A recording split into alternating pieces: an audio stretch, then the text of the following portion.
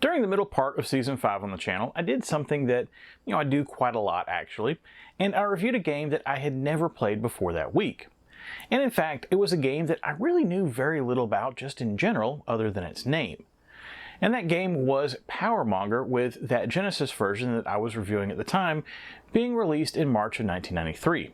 However, the game itself actually dated back a few years at that point, with the Genesis version being a port of the Bullfrog Productions original, developed for the Amiga and Atari ST and released back in October of 1990. The Genesis port was decent enough, but the thing about real-time strategy games is the controls usually suffer when they're moved to a controller from a mouse and keyboard. While games like first-person shooters, you can kind of make them to work on a controller and, they'll still be a fun experience, real-time strategy games just don't work as well when you have to use a controller, due to the precision needed to select certain items, or perhaps the many menus that you have to navigate through, and of course the whole time element that's involved in needing to be able to do things quickly.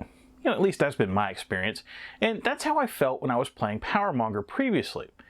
I really appreciated what they tried to do with the game, just due to the time period that was involved, and the fact that because of those control limitations, you didn't really see a whole lot of real-time strategy games on consoles just in general.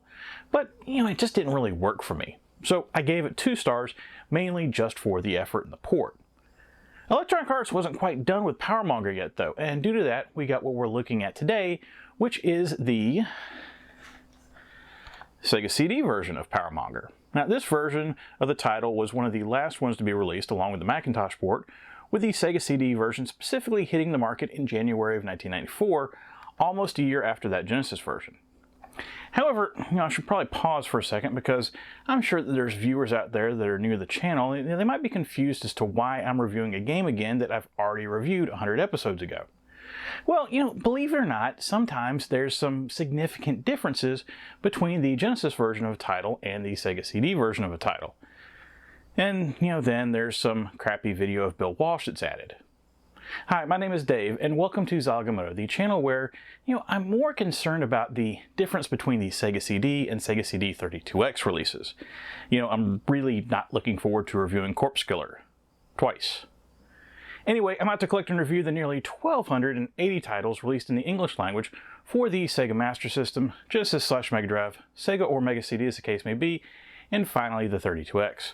Basically, if I can plug it into a Genesis either by itself or with some sort of add-on, and be able to read what's up on the screen, I'm trying to get a copy of it and review it for posterity, with both looks at that original packaging and gameplay captured from original hardware whenever possible. Now, if you're not familiar with Monger in any format, well, like I said, it's an early real-time strategy game, but with some very Peter Molyneux type twists. For instance, the importance of birds, more specifically homing pigeons. Never before have homing pigeons been more important to someone where hand-to-hand combat is involved. In all seriousness though, you play as a general who has been sent by his emperor to go take over a new land and add it to their empire. This is done by making your way across a map that features 195 possible locations, and you can choose how many or few of those areas that you attempt to control, as long as your empire can stretch to the other side of the map. So how did Electronic Arts do when it comes to the Sega CD version of Monger? Is it a substantially improved version of the game to go along with the more powerful hardware of the Sega CD and the nearly extra year of development time that they had? Or did we just get some more crappy video added? Well, we'll get into all that, but first a look at the package. And here's my copy of Monger for Sega CD. This copy is in pretty decent shape as compared to most Sega CD releases. The case is fully intact with no broken hinges and shockingly no stress fractures either. It's a little scratched up here and there, but I'll take those minor scratches all day if it means the rest of the case is intact.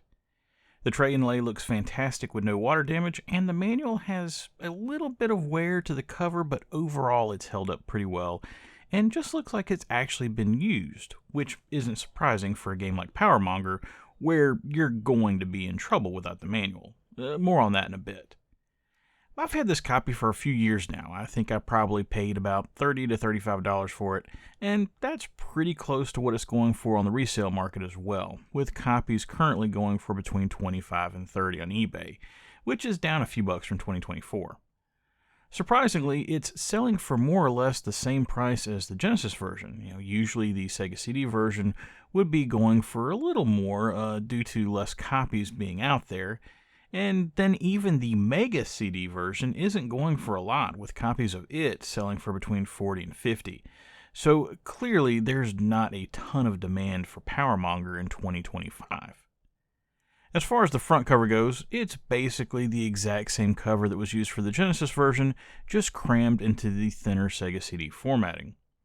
It's not a bad cover, and the logo has always been fantastic. I always like how it clearly states that the name of the game is Power Monger, 2 words, not all run together as Power Monger, which I guess came from the original logo being slightly more confusing in regards to that. Speaking of that original logo, the Mega CD version reuses the art from the Mega Drive version, which itself stemmed from the original home computer versions of the game, not too surprising there. And while I could see preferring that version of the art, as it's the non-crop version, I actually am good with the US release just due to that logo looking so much sharper. One final cover detail, this release now has the new VRC rating added to it, which didn't exist when the Genesis version was released, and they decided to give it an MA13. The VRC was so new at the time, it's actually a sticker on the cover of the manual and not part of the actual artwork. As far as the MA13 rating goes, that's a bit much. I mean, I get it, there's a lot of combat and killing going on here, but there's no actual blood, and honestly, the only way that you can even tell that anyone died is due to a ghost rising up into the sky. This is one where I almost wonder if they requested a higher rating to try to drum up interest from players and make the game seem more interesting. Flipping over the back, and again, like in the Genesis version, the cut artwork was moved around to the back, so it's not gone entirely from the package. The layout is more or less the same, with the exception of some very slightly different captions and a screenshot showing off the new 3D rendering feature that shows a flyby of the specific area of the map before the action starts. Very similar to the 3D flyby that PGA Tour Golf uses to preview the hole that you're on. One thing that was removed is a mention of a certain game that I'm not allowed to talk about in this review, but that actually makes sense just due to the fact that that game was 3.5 years old at this point. Open up the case, and the manual does have that little bit of wear that I mentioned earlier, but other than that, it's still in great shape. This is a big manual, especially by Sega CD standards, with those games tending to be simpler multimedia titles that didn't really need a whole lot of explanation, which probably explains the wear. The manual is very thorough, and just like the Genesis version, includes a walkthrough of the first mission to try to ease players into the game. A very nice touch on EA's part, because even playing this again after playing it 2 years ago for the channel was a bit intimidating this week due to the complexity of the interface. Okay, that's the package. Let's monger some power, or something. If you're not familiar with Power Monger, either the Genesis version or the Sega CD version, and you didn't watch episode 196, Tisk Tisk, you've probably got some questions. Like, what is a Power Monger? Is that guy on the cover the Power Monger? Did we really need 2 versions of this game? Is this version of the game better than the Genesis version? Etc., etc. Well, I'll answer 2 of those questions now and the other 2 later on. The guy on the cover is essentially a version of your character, and it's fair to refer to him as a Power Monger, which in this case is you acting as a military captain on a mission to take over a foreign land, starting out in just the smallest corner of the map, with the goal being to take control and have power over the land piece by piece, until your empire stretches all across the land, literally going from the upper left-hand corner of the map to the lower right. Now, how does one mong all that power? Well, very slowly, it turns out. The map is made up of 195 individual regions laid out in a 13 by 15 grid, each with their own geography, with some areas being oceanside and then areas closer to the center that consist more of plains and mountains.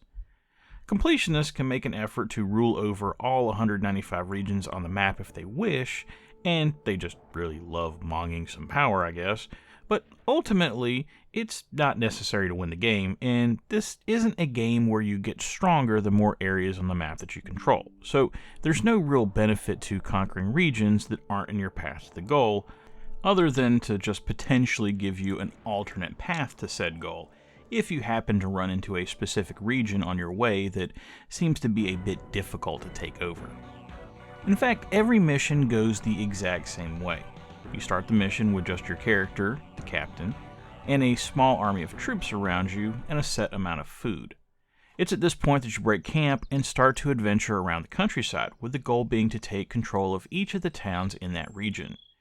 As you go from location to location, you'll want to either take food from the town or perhaps harvest some from some nearby sheep, and then raid the town on a recruiting visit to expand your army and make further conquests a bit easier due to increased numbers. There's also two other potential benefits to taking over towns. The first is the ability to get a second, or third, or fourth acting captain, and then form multiple armies. Of course, this will make management more complicated if you choose to utilize multiple armies, and if you were curious about what I meant earlier when I was talking about the birds, this is where that comes in, because for you to give orders to your other captain, you have to send instructions via bird, meaning you get to wait, and wait, and wait, depending on how far away that particular army is. If there were any questions about Peter Molyneux being a bit mental, I think they're answered here. Don't get me wrong, I appreciate the attempt at a bit of realism here in a purely fantastical game, but realism doesn't necessarily make for fun gameplay. These secondary captains are expendable, meaning that if one of their armies are defeated, you're simply back to square one, so there are benefits to trying to utilize them beyond just attacking on two fronts.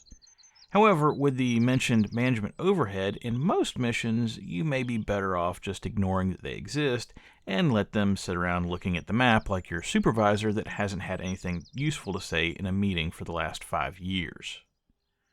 The other potential benefit to taking over a town is, if the town has a workshop and you don't take all of its food and people for your army, you can instruct them to invent things, and depending on the resources that are nearby, they could potentially invent things that are very useful to the war effort, going from, say, swords all the way up to cannon.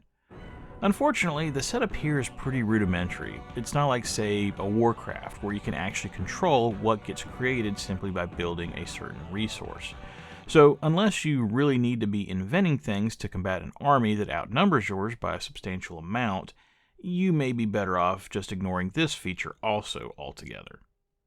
Regardless of what methods you choose or the path you take throughout a level on the overworld itself, the game itself is pretty simple, despite the somewhat complicated and scary-looking interface. March to village, sack village while attempting to not kill villagers, expand army, rinse and repeat for as many villages are on the map, and then do it all again on the next map.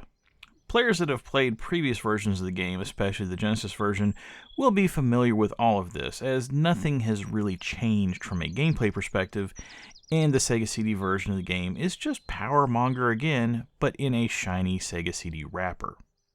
So if you already own the Genesis version, or maybe you're a true OG and own the Amiga or Atari ST version, why would you want the Sega CD version? Well, I suppose there are a few changes or updates here, but for the most part, I would qualify them more as tweaks than anything else. There's the already mentioned pre-rendered 3D flybys of the levels that you'll be shown before you start gameplay. And while sure they're a nice to have, and if you're paying attention, maybe you'll get an eye for how you should plan out your conquest of that level, but ultimately it's not really needed at all, as all that same information is presented in the in-game map that's the same as what came before. And again, I don't want to complain about new content, but just like the grainy Bill Walsh videos that I joked about earlier, this just screams of, well, we have to give players some new reason to buy the game, let's just throw some 3D on it. Which again, isn't even real 3D because it's just pre-rendered video. The most visible change to players familiar with the Genesis version, however, is actually the updated interface. There's no real difference to gameplay, but developers Sprites Limited, who also ported the Genesis version, moved the action interface down to the bottom of the screen, opening up the window to display more of the land to make it easier to see what the hell is going on. This is a very welcome change, and it didn't take long to get used to navigating the new action bar. There's just one problem: performance. Opening up the 3D land map to show more detail means that the game engine has to render more, and from a performance perspective, the game just absolutely chugs. And anytime there's a weather effect displayed for the change of season, like say rain or snow, it turns into a sub-frame per second mess. Being that it's a strategy game rather than a fast action title, slow graphics performance isn't the end of the world like it is for, say, F-117 Nightstorm, and I really do appreciate being able to see more of the map, as the limited window was one of my main complaints about the Genesis version. But you're going to have some patience, in more ways than one, to work through this game. Beyond the graphical changes, there's of course some technical changes as well. With the game now being a CD-based title, there's the positives and negatives that go along with that. Along with the flyby intros, the game audio has also been upgraded, and the background music is now much cleaner, along with ambient audio that plays during the levels to try to reflect the otherwise peaceful countryside. Sound effects, however, at least to my ears, appear to be unchanged, so you'll be hearing a lot of the same clangs of battle and cheers when towns are taken over. To get that enhanced audio and other new benefits to the title, there's now also load times that have been introduced. However, I've got to say, the load times are only between levels, and all of the in-game action is uninterrupted, so in this case, I'd say it's worth it. You know, if you're going to spend 30 plus minutes in a mission, it's really not a big deal to have to wait 10 seconds for a level to load up to get you there. The final technical change is 100% a win for players, although the manual didn't do a very good job of explaining it, so at first I was very confused at how it was implemented. What I'm referring to here is the password save system that keeps track of your progress on the world map. Or is it actually a battery backup system? Both? Yes, technically both. Just like the Genesis version, passwords are provided so that you can continue your progress where you left off. However, you can also save your progress to the console via the Sega CD's internal battery backed up RAM, which essentially saves your password. So you don't have to write down or enter passwords if you don't want to. The password backup system ends up being the best of both worlds, with passwords giving the players the ability to go to a friend's house and be able to continue their game without needing to lug their console with them. Power Monger is a unique title in any console or home computer library, but especially on the Sega CD. The effort here to try to make every location and person unique is a bit nuts, if I'm honest. I mean, can you imagine if you were playing Warcraft and each and every peon and warrior had their own names, ages, and jobs? I mean, I guess Watch Dogs technically pulled this off 24 years later, but that just speaks to how ambitious Peter Molyneux was with the original design at the time. Unfortunately, the game still feels very much like an early real-time strategy title, and as cool as certain elements are to see, the repetitive nature of the game isn't the most fun, and that combined with the performance issues, underwhelming artificial intelligence when it comes to pathfinding, and sometimes dodgy controls, just makes this a bit of a hard sell. As a result, I'm giving Power Monger on the Sega CD 2 stars, just like the Genesis version.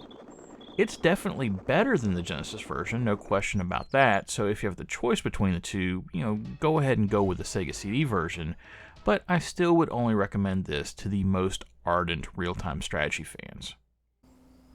And that's it for Power Monger for Sega CD. Maybe I'm forgetting things from when I reviewed the Genesis version, which is altogether possible. I am 2 years older after all, but I feel like I had a lot better handle for how the game worked this time around. Unfortunately, all that really means is that the problems with the game stood out a bit more. Now, I can see why someone, especially in 1994, would like this game, and from a historical perspective, it's definitely worth checking out if you like RTS games, just to appreciate how far that they've come, and also what a revelation that the original Warcraft was in comparison when it released toward the end of 1994 later that same year. Next time on the channel, it's a game that I've wanted to review for the last 7 years, and one that I've been curious about ever since I first saw it in an American magazine 34 years ago. Although admittedly the North American version of the game is exceedingly rare, hence why I'm so curious to finally play it. As you might expect with that description, it is a Master System title, and all I've heard for years is, you don't understand, it's better than the Genesis version. To, which my initial response is, okay, settle down. But it wouldn't be the first time on the channel that we had some 8-bit superiority, so, maybe I'm the one that needs to settle down. Perhaps with a nice chili dog from a certain fast food establishment from Oklahoma. Anyway, that's it for Zilog and Moto episode 299. If you like what you saw here and want to see more, please think about liking and subscribing if you're so inclined, as it will help more people see these videos. But most importantly, whatever you like to play, have fun and be excellent to each other. Later!